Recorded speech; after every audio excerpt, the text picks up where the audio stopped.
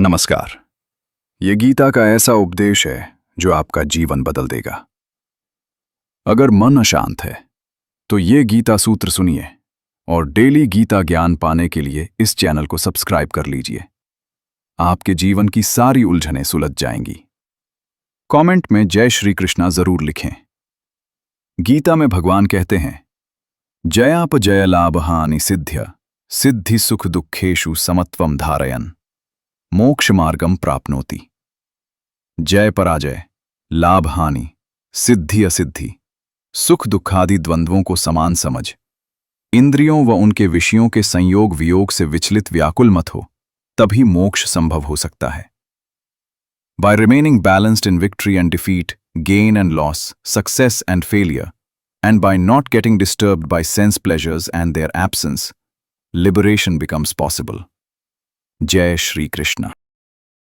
इहलोके स्वर्गलोके च भोगे न मुह्येत परमात्मनि मनः स्थिरीकरोतु। अर्थात मनुष्य को इस लोक, भौतिक संसार तथा स्वर्गलोक जैसे ऊंचे लोकों के भोगों में भी मोहित नहीं होना चाहिए।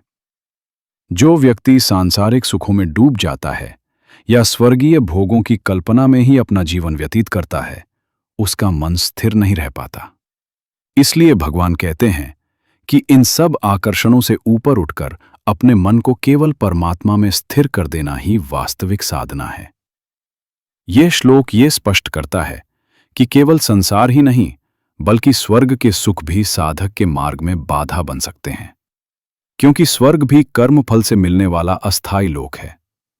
वहां के सुख भले ही पृथ्वी से श्रेष्ठ हों, परंतु वे भी नाशवान हैं। जब पुण्य क्षीण होता है तब वहां से भी पुनः पतन होता है। इसलिए गीता कहती है कि बुद्धिमान व्यक्ति स्वर्ग की कामना भी नहीं करता। मनुष्य सामान्यतः दो ही बातों में फंसा रहता है। एक, इहलौकिक सुख, धन, पद, भोग, सम्मान। दूसरा, पारलौकिक सुख, स्वर्ग, ऐश्वर्य, दिव्य भोग। परंतु आत्मा का लक्ष्य इन दोनों से ऊपर है। आत्मा का लक्ष्य है परमात्मा की प्राप्ति। जब तक मन इन भोगों में उलझा रहता है तब तक वह परम सत्य को नहीं देख सकता। ये श्लोक ये भी सिखाता है कि मन का स्वभाव चंचल है। वो कभी इस सुख की ओर भागता है, कभी उस इच्छा की ओर। इसलिए साधक को अभ्यास पूर्वक अपने मन को इन भोगों से हटाकर परमात्मा में स्थिर करना चाहिए। यही ध्यान, यही योग और यही भक्ति है। परमात्मा में मन स्थिर करने का अर्थ केवल ध्यान में बैठना नहीं है, बल्कि हर कर्म भगवान को समर्पित करना, हर परिस्थिति को ईश्वर की इच्छा मानना, हर सुख दुख में संभाव रखना और हर क्षण ईश्वर स्मरण में रहना। जब मन परमात्मा में स्थिर हो जाता है तब बाहरी परिस्थितियां उसे विचलित नहीं कर पाती। न संसार का आकर्षण उसे बांध पाता है और न स्वर्ग की लालसा उसे भ्रमित कर पाती है। तब साधक वास्तव में मुक्त होता है, जीवित रहते हुए ही मुक्त। ये श्लोक हमें सिखाता है कि संसार छोड़ना नहीं है, आसक्ति छोड़नी है। भोग छोड़ना नहीं है, भोग की लालसा छोड़नी है। स्वर्ग से डरना नहीं है, स्वर्ग की चाह छोड़नी है। यही वैराग्य है, यही योग है और यही आत्मज्ञान की सच्ची शुरुआत है।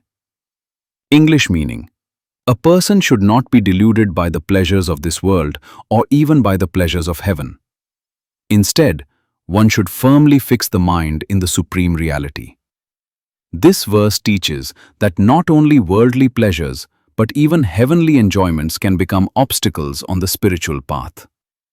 Heaven, though superior to earth, is still temporary and bound by karma.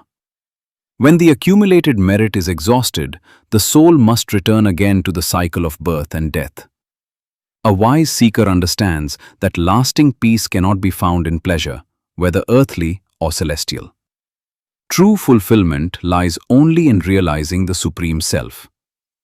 The mind naturally runs toward pleasure. When it gets what it wants, it feels happy. When it does not, it becomes restless.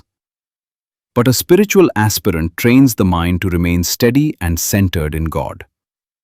Fixing the mind in God means remembering Him in every action, accepting all experiences as His will, remaining calm in joy and sorrow, living with awareness of the divine. When the mind becomes absorbed in the supreme, external pleasures lose their power.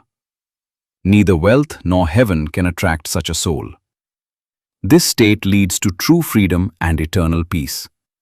Thus, this verse teaches renunciation of attachment, not renunciation of life, and guides the seeker toward inner liberation.